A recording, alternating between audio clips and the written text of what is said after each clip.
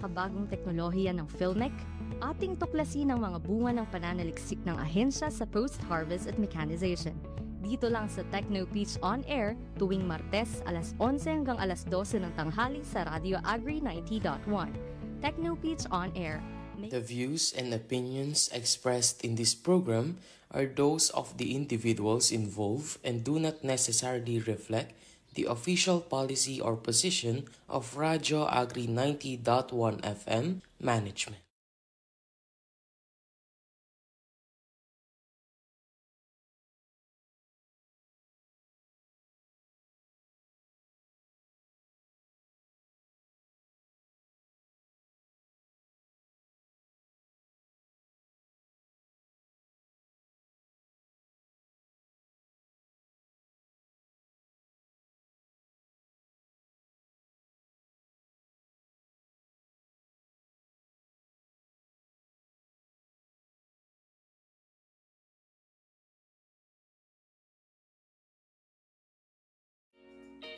All right, good morning. Good morning to all our listeners on air and of course all our viewers online via official Facebook page of Radyo Agri 90.1. Yes, welcome to episode 2 of Techno Pitch on Air, making waves for Filmec Technologies. Of course, only here on Radyo Agri 90.1 FM, Kasaganaan para sa bayan. We are your program host. I'm Jet Subaba. And I am Jonna Paolo. We are bringing you the latest in post-harvest and mechanization. And we communicate technologies that matter to the farmers and the fisherfolk. Yes, again, you are tuning in to Techno Pitch on Air, making waves for Filmec Technologies. Yan, kumusta? Good morning. Yes, kumusta partner? Kamusta ang week mo so far? Okay naman, very productive as usual. Yes, at very excited tayo dahil episode 2 na. Yes. Ng ating Techno Pitch I can't believe it. We're on our second episode of Techno Pitch on Air and I'm very excited para sa topic natin for today. Batiin na muna natin yung ating mga kasamahan dito. Shout out muna tayo. Yes, unahin natin mga kasamahan natin sa Filmec. Siyempre, our Director for Dr. Janicio G. Alvindia. And of course, our Deputy Director, Sir Joel V. Dator. Hello, sir. And all the members of the Management and Executive Committee and all our Filmec staff. Yes, syempre ang ating mga utilities at masisipag na guards on duties. Hello, hello. At syempre ang mga drivers na nakabiyahe ngayon, partner. Yes. Siyempre yung mga nakikinig sa radyo, hindi lang sila naka-Facebook pero nasa radyo talaga. Yung mga nakikinig dyan sa kanilang mga sasakyan, mga naglalaba, nagluluto sa mga bahay o baka sa mga bukid. Ayan, kung naabot kayo ng aming tinig, ay maswerte po kayo. Pero good morning. Magandang umaga po sa inyong lahat. Yes. Okay, meron ka pa ba gustong batiin? Ayun, siyempre yun ang mga nasa Facebook page natin. Meron tayong 100 viewers. 100,000 viewers. Pwede kayong comment down below kung may papabati tayo at pa-shoutout. Yes, we also accommodate that. Alright, so bakit nga ba tayo merong ganitong programa, partner? Yes. So ginagawa natin ang programang ito to communicate yung mga Filmec technologies hindi lang sa mga adopters natin, kung hindi sa mga would-be adopters. Para makita nila kung angkop ba sa kanilang mga operations yung ating mga technology na ino-offer dito sa Filmec. Yes, partner. And through this program, malalaman nila ang lahat ng information tungkol syempre sa technology. We are also opening our hotline number. Ayan, take note ha. Yes. 0962-119-7445. Yes, lalo na sa mga nakikinig sa radyo, if you have questions about our topic for today, again, inulit namin, our hotline number is 0962-119-7445. Yes. At kung meron silang mga question naman sa mga nasa online, online. Pwede nilang i-comment down below dyan sa ating live. Ayan. Yes. Babasahin natin yan, partner. Alright. So, are you guys ready for our feature technology na ipipitch natin on air? Ayan, this morning. Now, let's take a glimpse of today's feature technology. Here's Make It Happen video. Yes.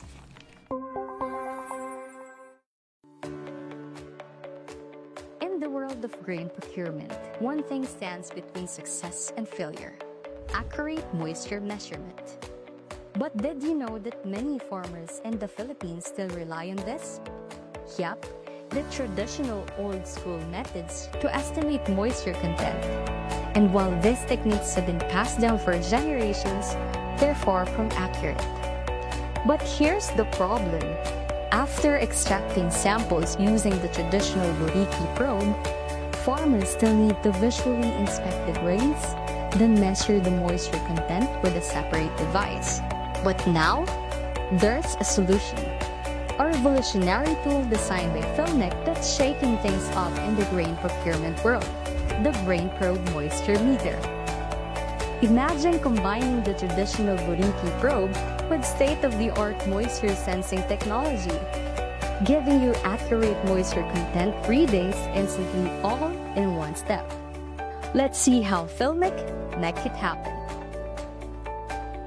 This slick portable device works by using a capacitance measuring principle, which, simply put, means it can accurately measure the moisture content of your paddy and corn grains without the need for double handling. With just one simple probe, you can extract a sample and get an accurate moisture reading right on the spot. No more waiting around or making guesses. Let's break down the technical details. It measures moisture in a range of 8% to 30%, ideal for paddy and corn grains. Resolution, a precise 0.10%, so you'll always know exactly what you're working with. The error margin, just 0.24% for paddy and 0.34% for corn, based on international standards. It uses a 3-digit LCD display for easy, real-time readings and has a long-lasting rechargeable lithium-ion battery. And it's super user-friendly. This technology is lightweight with a sliding plastic bottom cover for quick and easy grain discharge. Plus, the moisture content readings come in fast, helping farmers make on-the-spot decisions about their drying and storage processes. With this Grain Probe Moisture Meter, farmers can now make quicker, better decisions, whether it's about drying, storing, or milling their grains. Now, like any tool, there are a few limitations. The Grain Probe Moisture Meter is designed specifically for bagged paddy and corn grains. It's also optimized for moisture level between 8% and 30%. So if you're working with other grains or extreme moisture levels, this tool may not be the best fit. But for paddy and corn, it's a game changer. The Grain Probe Moisture Meter is more than just a tool. It's a step forward for the future of grain procurement in the Philippines. It's about saving time, reducing waste, and ensuring that farmers get the highest quality grain every single time. This is how we make it happen.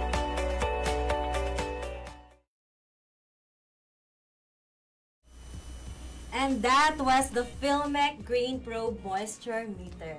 Wow, ngayon pa lang parang ang dami ko nang Parang ang dami na natin ang dami ko nang napulot. Siguro, lalo na yung mga nakikinig din sa radyo kasi meron naman siyang audio, no? And of course, yung mga nasa online. Yes. So, ano ba yung mga... Marami pa mamaya hindi discuss. Oo, grabe. Sabi doon kanina ay revolutionary daw yung nagawa nila na ito. Ay, grabe. Napaka-promising partner. Yes, alright. Sige, time check tayo. Yes, time check. 12 minutes past 11. Ayan. Siyempre, handa na ba ang ating mga listeners and viewers na makilala ang ating Techno Picture for today's episode? Gusto ko yung Techno Picture, ha? Techno Picture, ayan. Yan ang tawag natin sa mga guests natin. Yes, okay. Ayan, siyempre, hindi na natin patatagalin pa. Introduce na natin, partner, ha? Yes. Ito, he is an electronics engineer with expertise in electronics design, 3D simulation, agricultural machinery development, and computer-aided designs. He is currently a science research specialist too at the Agricultural Mechanization Division of Filmic. Kaya naman mga ka-Radyo Agri, let us welcome a multi-awarded researcher, Engineer Richard Aguilar. Welcome, sir! Wala pa tayong pa-sound effects. Welcome, Engineer! Hello po, good morning po sa Radyo Agri. hello din po sa mga nakikinig sa atin ngayon. Yes. Okay. Meron ka ba mga gustong batiin at this early? Okay, so binabati ko yung asawa ko and yung family ko na nakikinig. So pati yung mga ka-work ko dyan sa division namin sa AMD and also yung mga lahat ng katrabaho natin dito sa Filmic, And also sa mga nakikinig natin, mga farmers, and also yung mga nakabiyahe, na nakikinig po sa atin ngayon, ingat po tayong lahat sa biyahe po. Yun lang po. Yan, salamat sa roll call. Parang nag-roll call natin siya. Pero that's very good. Okay. Sige, salamat at marami siyang mga friends, no? na mga binate. Okay, siguro diretso na tayo agad sa ating pag-uusapan, no? Ngayong umaga na ito.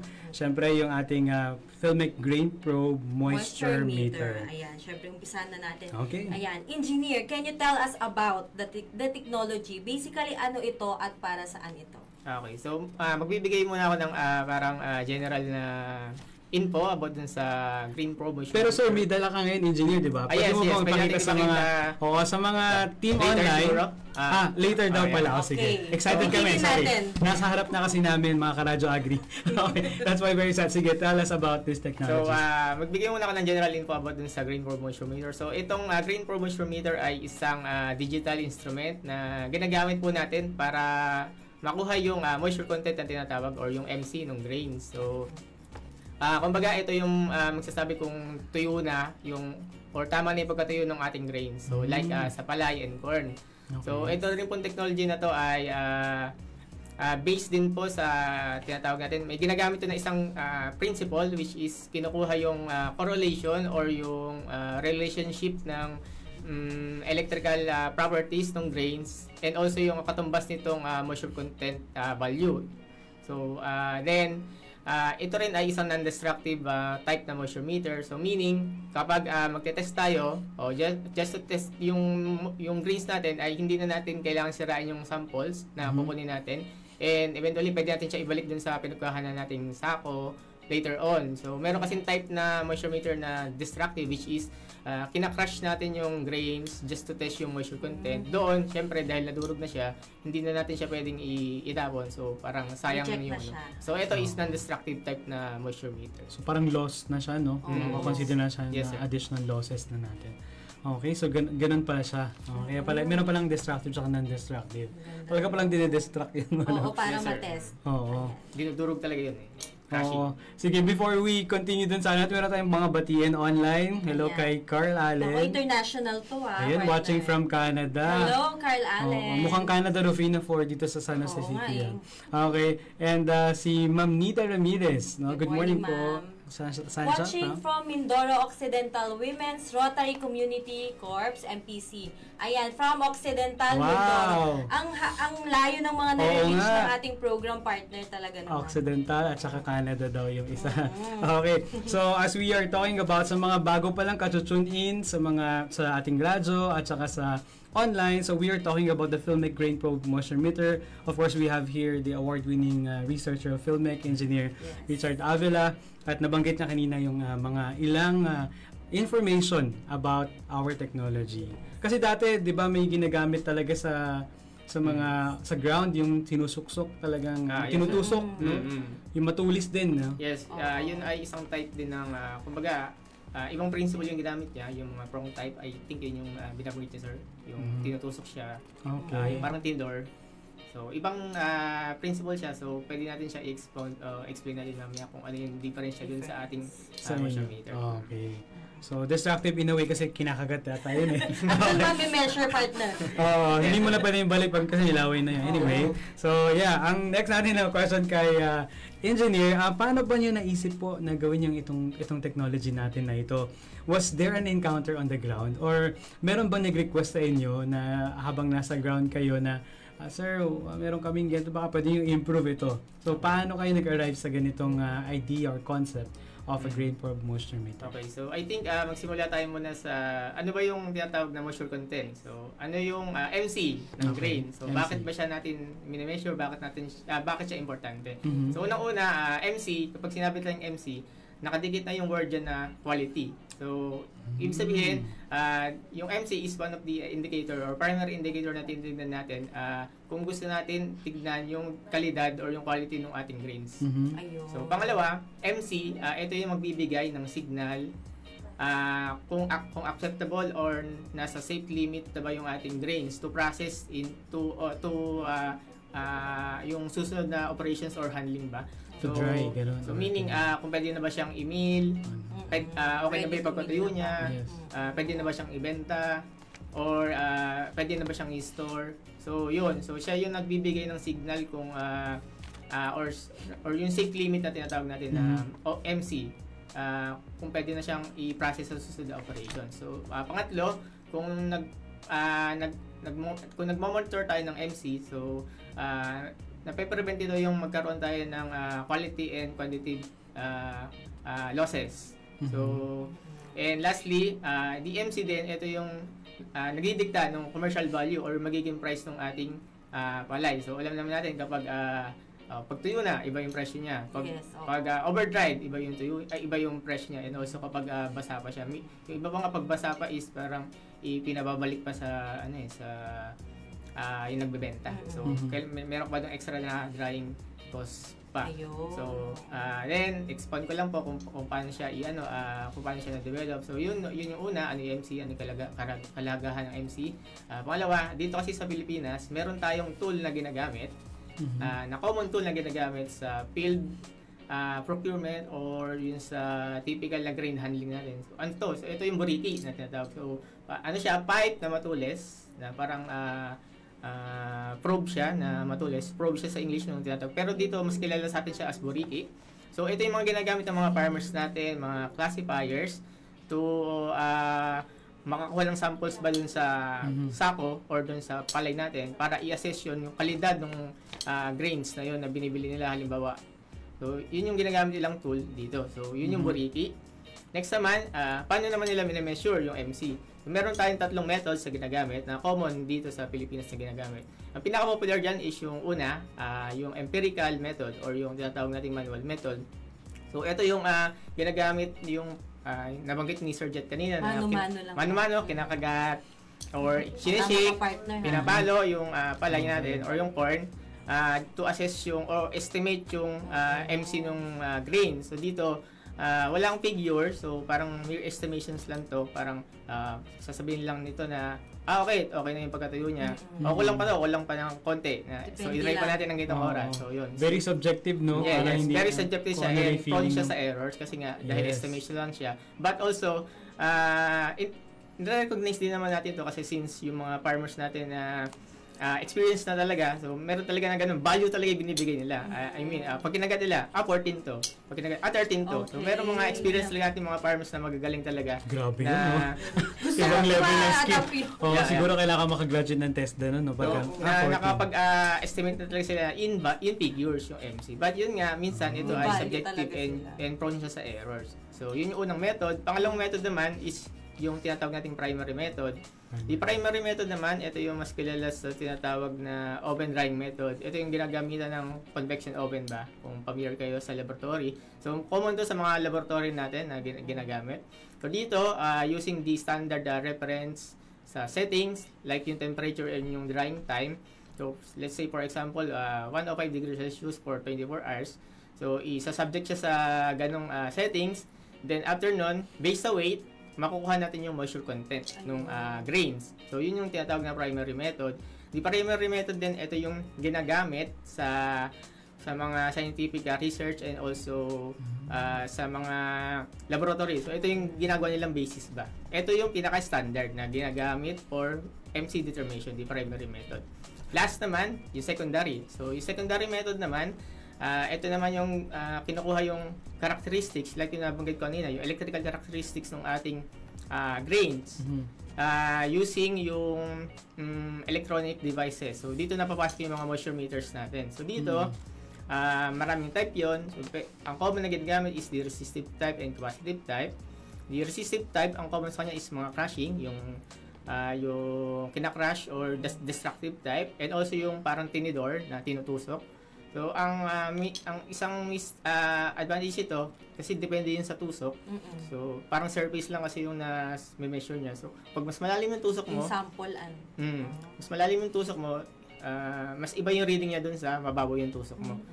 So, eto, ginagamit siya for rapid. Halimbawa, nasa field ka, and kaka-harvest lang. Kung gusto mong i-measure yung initial MC niya, pwede mo siyang i-gamitin yon for kasi mabilis siya, itusok lang. Random testing, yeah, tama. And also, yung isang ginagamit is the capacitive type. Same sila ng principle, I mean yung para silang electrical properties yung kinukuha, but dito naman yung capacitive type, ang kinukuha niya is yung dielectric properties ng grains. So meaning, imbis na electrical resistance yung kinukuha dito, yung capacitive or yung dielectric constant ng grains yung sinusukat niya to measure yung moisture content. So dito naman, most common dito ginagamit is yung mga tawag dito, yung volume. So kailangan natin ng merong capacity or meron tayong required na weight ng samples na itetest po dito. So dito, mga common nating nakikita yung parang pitchel na moisture meters. So yun yung mga example ng mga capacitive type na meter. So ito, ang isa pang ang advantage ng isang secondary type na method na which is yung mga moisture meter ay mabilisan to. So ibig sabihin, in seconds or minutes, pwede tayo mag-assess ng moisture content.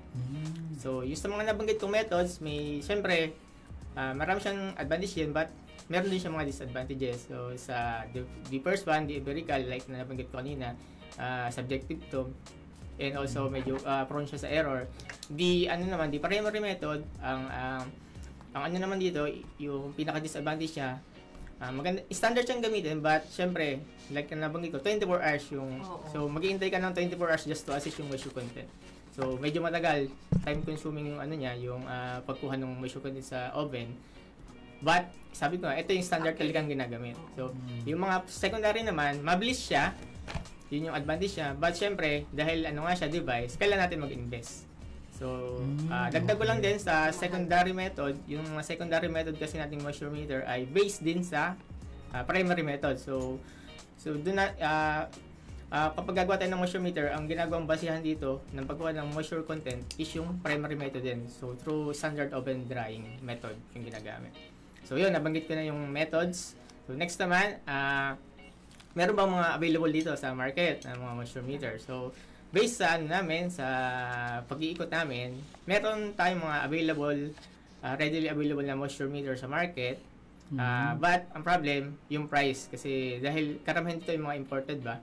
So, hindi nakaka-acquire yung ating mga farmers and also yung mga individuals natin na nasa green industry. Dahil nga sa price nito, ang isa pang disadvantage ito ay yung kung halimbawa, kailangan siya ng i-repair dahil imported nga, medyo mahirap din kumuha ng parang sales after sales service nito, yung sa calibration ba o dun sa repair. So, medyo mahirap siya. And also, based dun sa pag-iikot namin, sa data namin, ang nakuha namin, the price ng moisture meter ay directly proportional dun sa accuracy and reliability ng ating meter. So, ibig sabihin, kung gusto natin ng accurate and reliable na moisture meter, kailangan natin mag-invest ng malaki. So, yun. Sa mga device. Yes, tama. So, dito, ang problem, meron nga tayong mga moisture meter o nagsusukat nga tayo ng MC, but mali naman. So, ano pwede mangyari? So, una, kapag overdrive yung ating palay, so, ibig sabihin, mababa yung moisture content, meron tayong loss ng weight doon, loss on profit na rin. So, mababa yung timbang niya, mas mababa na rin yung presyo niya. And second, kapag mataas yung moisture content, then nilagay natin sa storage, so ano pwede mangyari? Mabubulok naman yung ating So, yun yung nagiging problema. So, ang naging challenge sa amin dito ay to develop yung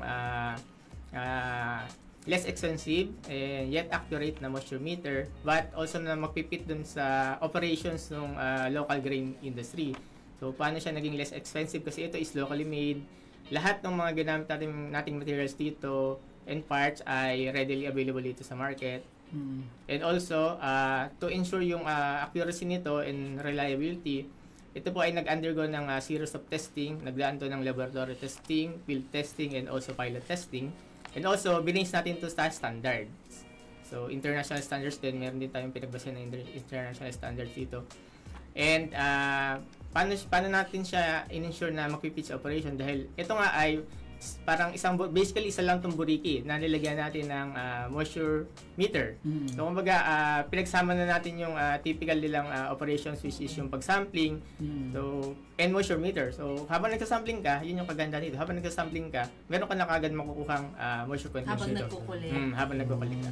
So doon po nabuo yung ating grain probe moisture meter.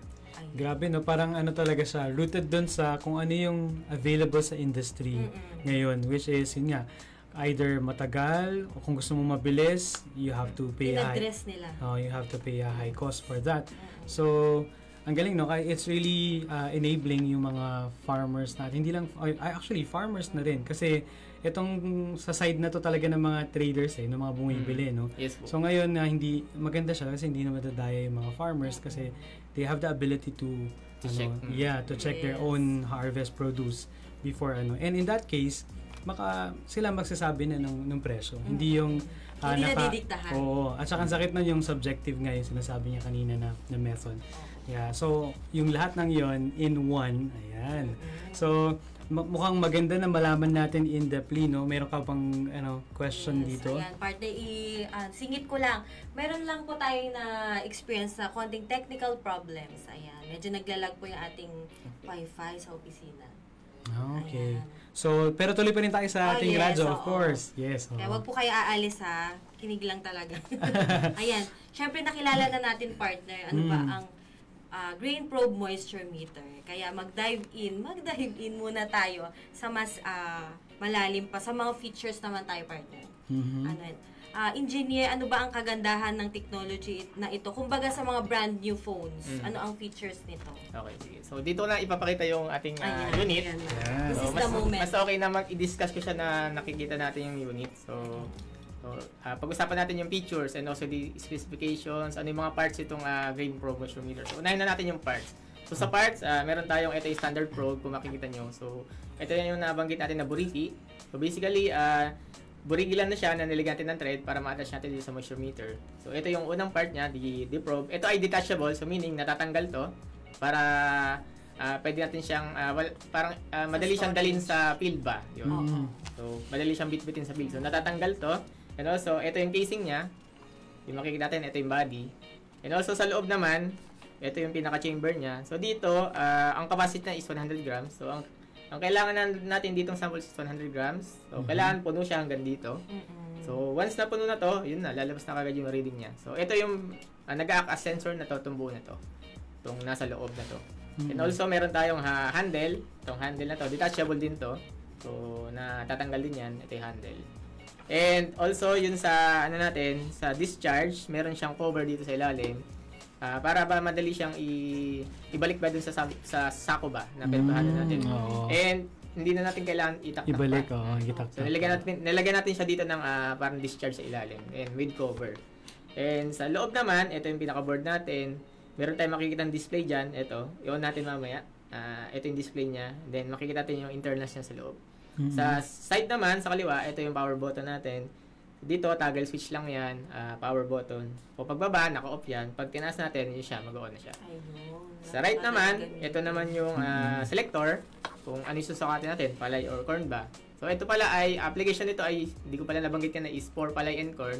Sa ngayon, but eventually, pwede natin siya i-expand din sa, kung meron tayong pwedeng kape, ganun, pwede rin, sirs, or yung mga basta same size ng corn and palay. So, pwede natin siya i-calibrate or lagyan ng calibration for that crops or commodity. That's nice. Okay, sa likod naman, andito yung battery. So, ito pala is battery operated, like na nabanggit sa video, battery operated siya. Rechargeable. So, meron din siyang kasama charger. Ito yung charging port niya sa ilalim. So, dahil ito ay parang lumang model, ang ano pa nito is bilog pa, yung pinaka-charger niya. So, yan, ito. So, yun. Ito yung charger niya. And, paano siya gamitin? So, meron kang, may pipiliin muna kung ano yung susukatin mo. Kung palay and corn ba. Halimbawa, ang susukatin is palay, switch natin sa palay. And also, after nun, saka natin siya i-on. So, pag on natin, bubukas na itong display. So, pwede natin siyang gamitin na. So, within 5 seconds, pwede na natin siyang makuha yung or i-assist yung moisture content niya. Lalabas na dito sa reading niya. So 5 seconds lang. Less than 5 seconds. Less than 5 seconds. So, pag-usapan naman natin yung measuring range niya. So, measuring range niya is hanggang 8 hanggang 30% yung kaya niyang sukatin. Ang MC error niya or yung parang sa accuracy niya, 0.24 plus or minus yun sa paddy and also plus or minus 0.34 naman sa corn. So, ano ibig sabihin nun? Halimbawa, pwedeng kunyari, 14 yung read natin, ang pwede niyang reading is between sa, ma-minus natin yun, 14 minus 0.24 plus 0.24. So, range na yon pasok pa, kung andun yung nakasukat natin dito, ibig sabihin, pasok pa siya yung reading niya. So, sa standard kasi, sir, sir ma'am, sa standard, ang allowable error kasi is 0.8. So, pasok na pasok yung ating grain probe dyan kasi 0.24 and 0.34 yung ating MC error dito. So, ang resolution niya is 0.1, meaning 1 decimal yan. So, makikita nyo, may ano dito, yung decimal niya yan. So, ibig sabihin, ang pwede nyo sa atin parang 14.1, 0.2, 0.3, 0.4. So, ang increment niya is by 0.1. Yun. So, and yun nga, yun, battery operated siya. So, yun po yung features and kung paano siya gamitin yung ating grain probe. So, ito pala is intended for bugs. So, tinry namin siya sa bugs lang. I mean, yung talagang nakafile siya na nakabugs. Yung tinutusok lang talaga. Tinutusok siya. Yun po. Okay. So, ang ganda ng mga feature, no? O baka may nanonood sa inyo ng mga rice millers, mga traders na din, no? Hindi lang mga farmers. Pero most especially, may mga farmers, especially mga cooperatives. Especially yung mga, kung may mga nanonood tayo na katulad kanina, meron tayo nakita from Mindoro, yung mga nabigyan natin ng mga rice mill, tsaka ng dryer, mga rice processing system sa under RCEF. No? Maganda po na meron ganito. No? Hindi na tayo magde-depend dun sa pagiging subjective, no? Nung pagme-measure. Accurate na talaga siya. Okay. So, pwede ba nating, ayun, speaking of which is, sino-sino ba yung mga target na adopters natin dito? Who do you have in mind habang ginagawa nitong technology na ito? And ano ba yung benefit kapag sila ay gumamit nito? Kanina we're talking about feature, now yung benefit. So, siguro maganda isa-isahin natin yung speaking of target adapters natin dito. Yes. Una-una yung mga farmers natin. So dito, kasi basically sila yung nasa ground, sila yung nagpa-process ng una nung kanilang mga palay or corn. Ibig sabihin sila yung nagbibilad nung ating mga palay or corn. So dito, bago nila bilad, pwede nilang i-test yung moisture content. Tapos, pwede nilang malaman na kung okay na yung pagkatuyo niya bago nila ibenta yung palay. So, doon makakatulong ating moisture meter sa mga farmers. And also sa mga millers naman, dahil sila yung nanggigiling naman ng ating mga palay. So, dito, kasi syempre merong, kung tama yung MC natin, mas maganda yung magiging recovery ng ating bigas. So, kailangan makakatulong ating moisture meters sa kanila to monitor yung MC kung pwede na siyang i-mill ba. Yun.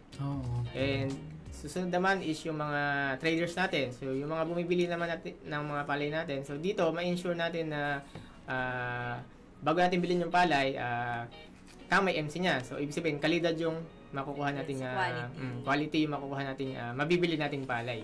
And also, sa mga classifiers naman natin or yung mga nagmo-monitor ba or mga agri-technician, yung mga nagmo-monitor ng mga ating mga grains, so sa mga storage ba. So dito, makakatulong sa kanito dahil sa storage kasi, meron kasi silang mini-maintain na moisture content doon. So, ibig sabihin, kung meron tumas na MC, pwede na nilang iwala yung para hindi na madama yung iba.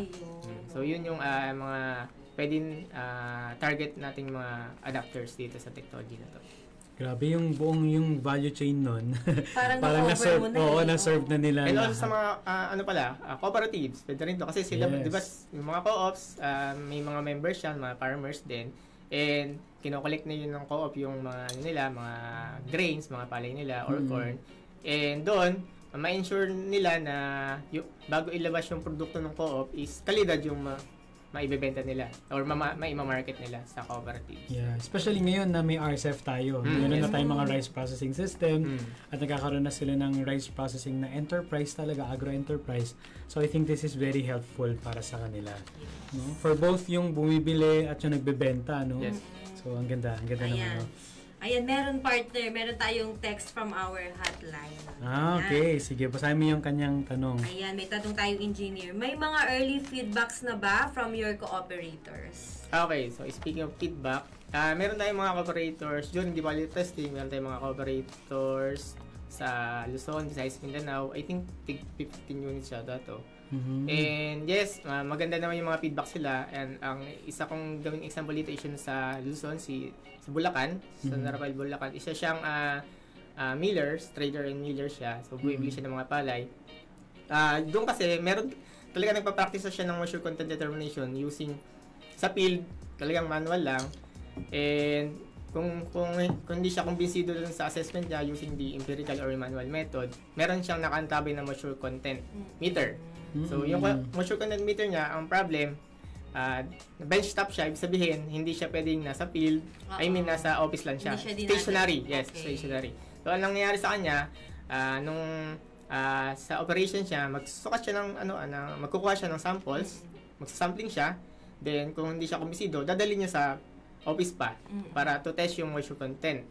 So, nung pinahiram natin siya ng ating technology, which is yung grain probe, ang nangyari, hindi na niya kailangan dalhin yung samples dun sa office to validate yung moisture content. So dito parang ang nangyari, naging bag to bag kasi by truck yung nila yung truckload kasi yung binibili niya. So sabi niya doon, isa-isa sinusukat niya yung moisture content, then tinatabi niya talaga. So based dun sa monitoring namin, tinatabi niya dito yung parang hindi okay yung MC. Then dito naman sa side na to yung okay yung MC. So doon, sabi niya meron din siyang doon dahil naging bag-to-bag siya na meron din siya na discovery doon na yung nasa loob parang basa. Yung iba kasi parang nangyari gano'n nasa loob is basa. So yun, naging dahil bag-to-bag yung ginamit, naging naging sa operations. So na-check na niya lahat ng bags na okay yung MC. So isa yun sa ating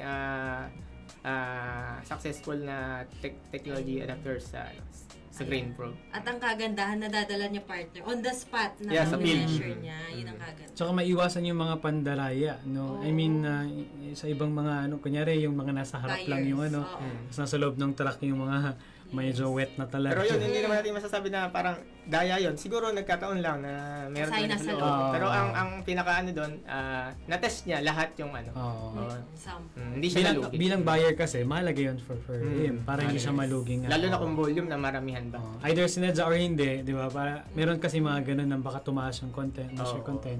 So at least yun, isa-isa niya. Naiiwasan, no? Hindi random lang, no? Yeah, maganda yun. May magandang feedback na pala tayo from cooperative. Okay. Yes, alright. Bago tayo mag-proceed, partner, may babatiin. Oo, ako nanonood pala yung pamangkin ko. Hello! Hi, Zoe. So, hindi to si Miss Rachel at saka Oo nga. Baka ma-confuse ka. Hello, Zoe! Ay, ayan. Okay, sige. In industry speaking, engineer, ano yung nakikita natin na impact nito sa agriculture sector? Although may mga few na tayo nabanggit kanina, but to just reiterate, especially, meron din ba itong impact halimbawa sa local manufacturing natin ng sector? Okay, so yung potential impact nitong ating technology, unang-una, using this technology, makakasave tayo ng time and effort sa moisture content assessment. So dahil pinagsama na nga natin yung Buriki and also the moisture meter. So the sampling and the moisture content determination using the moisture meter is sabay na nangyayari. Yes. So hindi na siya like tinabanggit ko nga sa Bulacan na hindi na siya kukuha ng samples then dadalhin niya sa office to test yung moisture content. So dito makakasave na tayo ng time. And kasi diretso na siya pagkuha ng samples, meron na siyang value. At the same time, paglabas natin dito, pwede ba natin i-double check using the empirical method kung okay ba talaga yung kalidad ng grains. So, second, sa monitoring naman, during the storage. So, dito, mapapadali yung ating monitoring ng mga palay natin and corn sa storage. So, ma-ensure natin na tama yung moisture content niya sa storage para hindi tayo mabulukan ba ng ating mga palay and corn. And also, ano ba? The MC validation naman. So, sa mga millers natin, mababalidate natin na tama yung MC bago natin siya i-mill para hindi durog yung lumabas or hindi parang pulbos ba kung mataas yung moisture content. So, dun yun ang isa pang impact ng ating moisture meter. And also, yun nga, dahil locally made to, so ito ay pwedeng mag-open ng parang business opportunity sa ating mga local electronic companies and also manufacturers, local manufacturers to manufacture ni itong technology po natin na to. So, yun po yung nakikita naming impact nito sa industry. Yes. So, makita mo, partner, hindi lang siya for the intended users or adopters, but also yung mga, kumbaga, indirect benefit is yung mga pwede mag-produce nito. Okay, so, magandang innovation talaga siya. Ayan, ang next natin, engineer na question. Siyempre, ang tanong ng mga listeners, nakita na nila na maayos ito. Maganda, at saka maganda yung technology. Pero, is this available na ba sa ating market? Okay, so yun, marami talaga nagtatanong. I mean, nung kakatapos lang ng pilot testing, years ago na, matagal na rin. So, marami nagtatanong, available na ba yan? So, yung iba nga parang binibili na sa amin yung test unit, which is hindi naman pwede. So, dahil ano nga siya, test unit or demo unit lang natin.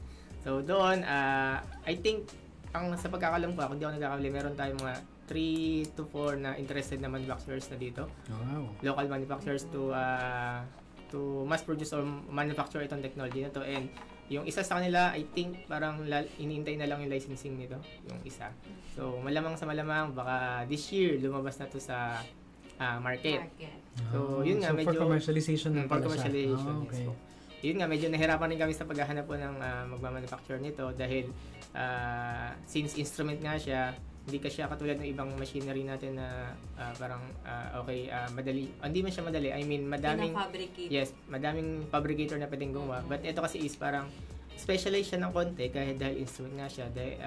Hindi siya basta pwedeng i-fabricate ang ganito. Then meron kasi tayong mga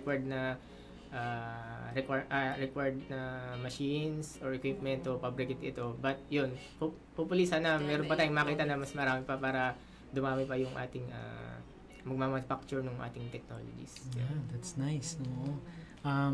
Excited tayo na makita yan sa market na hindi na sila kumakagat lang or hindi na nila dinudurog yung kung hindi ay nagagamit talaga ito and instantly can measure yung moisture content.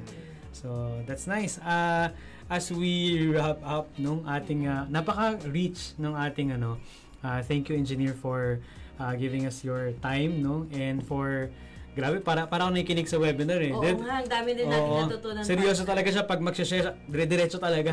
Okay. So para siyang punong-puno no yung kanyang utak ng mga information that is shared ngayong umaga through our radio program. Engineer, do you have any message na you want to leave sa ating mga viewers, mga listeners, nakinig sa Radyo Agri at sa mga nasa Facebook? So yun, sa mga nakikinig po sa atin, so sana po itong senior namin na technology is kapag lumabas na siya market is talagang makatulong sa inyo. So kung meron kayong mga comments and suggestions to improve pa yung ating unit, pwede naman natin basta i-feedback niyo lang po sa amin, then i-try po natin siyang i-integrate or isama dun sa ating unit para ma-improve pa natin yung ating Green Probe moisture meter. So, yes. Yun po sana makatulong ito sa ating grain industry. Yes. And baka may gusto kang batiin ulit for the last time. Yes. Babatiin ko lang asawa ko. Yun nga. Sinabi ko sa kanya na mag-guest ako dito. So, thank you for inviting me dito sa radyo. So, kung nanonood ka, hello, uwi ako dyan na. Friday siguro. Okay. So, nasa Bulacan ba siya? Yeah, Bulacan. Sarap naman, no? Okay. May uuwian. Yes, oo. Okay, yan ang meron siyang palagi. Okay, anyway, so hindi na yun yung topic natin. Okay. For our key takeaways, umpisahan ko na siguro. Sa mga listeners natin, makita nyo na ganito nag-i-innovate yung Filmec right now. I mean, if you know Filmec for the last 47 years, makita nyo na yung mga technology from huge na mga dryers. We have yung mga biomass fed furnace, kanyan and all, na for rice. Meron din tayong malalaking mga machines for corn. But this one, ito medyo mas maliit siya at digital na rin siya. So, you can see na how Filmic is evolving in terms of its interventions, pagdating sa mga interventions para sa ating mga farmers. So, ganito kaseryoso Filmic in transforming the future of Philippine agriculture. Mga gusto ko dito sa technology na ito, yung mabilis, na nakukuha yung moisture content from the ground, kahit saan ka bumili siguro, kung ikaw ay bumibili po ng palay. So, you should get a unit of this talaga. And even for the farmers cooperatives, very promising siya na magamit sa inyo pong rice trading na business na bine-venture through the RCEF na mga interventions. So maganda siya. And yung accuracy, partner. Yun talaga yung nakikita natin na kumbaga in-explain niya kanina, nagigets ko na sa imagination ko na-imagine mo sumakses ka. Step by the step. Na-imagine ko lang siya, pero nakikita ko na ang galing, no, yung mind ng mga developers natin. And yung accuracy talaga, ang dami niya magiging benefit eh. Yung accuracy niya pwede na, yun nga, hindi madadaya, although yung iba naman hindi naman na sadyang pandadaya, pero yun kasi yung mape-prevent mo siya eh. So, and then, yun nga, ikalawa, yun nga, yung accurate na reading, and of course, yung quality. Yes. Yun. Tapos, and farmers right now can also have a chance to get a unit, and then sila mismo, before they, diba, they sell yung kanilang mga palay or corn, meron na silang karapatan ba na sabihin na ganito yung presyo. Kasi, yes. So, we are empowering actually the farmers at this point through using this our introduced Grain Probe Moisture Meter. Okay, ikaw naman, naubos ko na yung lahat ng key takeaways. Ayan, partner, tulad ng, itong through this program, partner, unti-unti na tayong nakikilala, unti-unti nang nakikilala ng ating viewers and listeners kung ano yung ginagawa ng Filmic. Ayan, inumpisahan na nga natin yung soil digger. Ayan, at marami pa na naka-line up ng mga technologies. Yes, we're excited. Kakita nyo, mga young yung natin, no?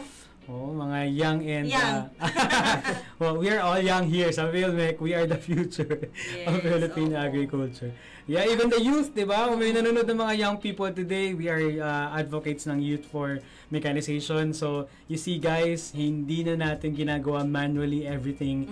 Even dito sa pre-procurement na process ng mga palay, you see, we are making it more youth engaging. Can you see na parang ka nang nagsa-cellphone or no?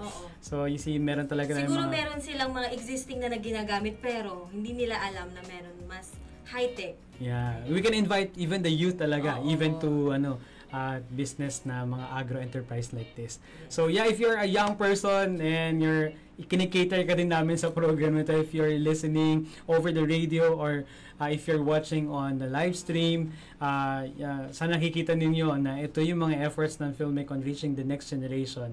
We are making it more conducive for the youth to really engage into agriculture.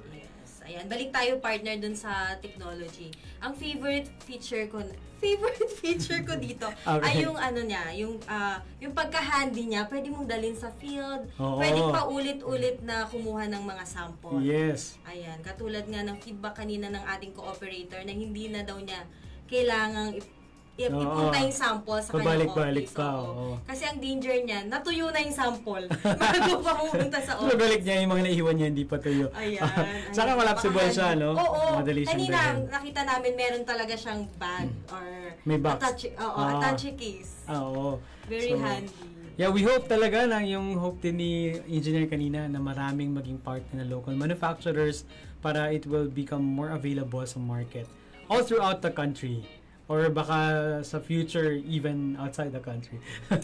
Yeah, let's hope for the best. Okay, so yeah, I think that was a very productive, it's a very rich discussion on Grain Probe Moisture Meter.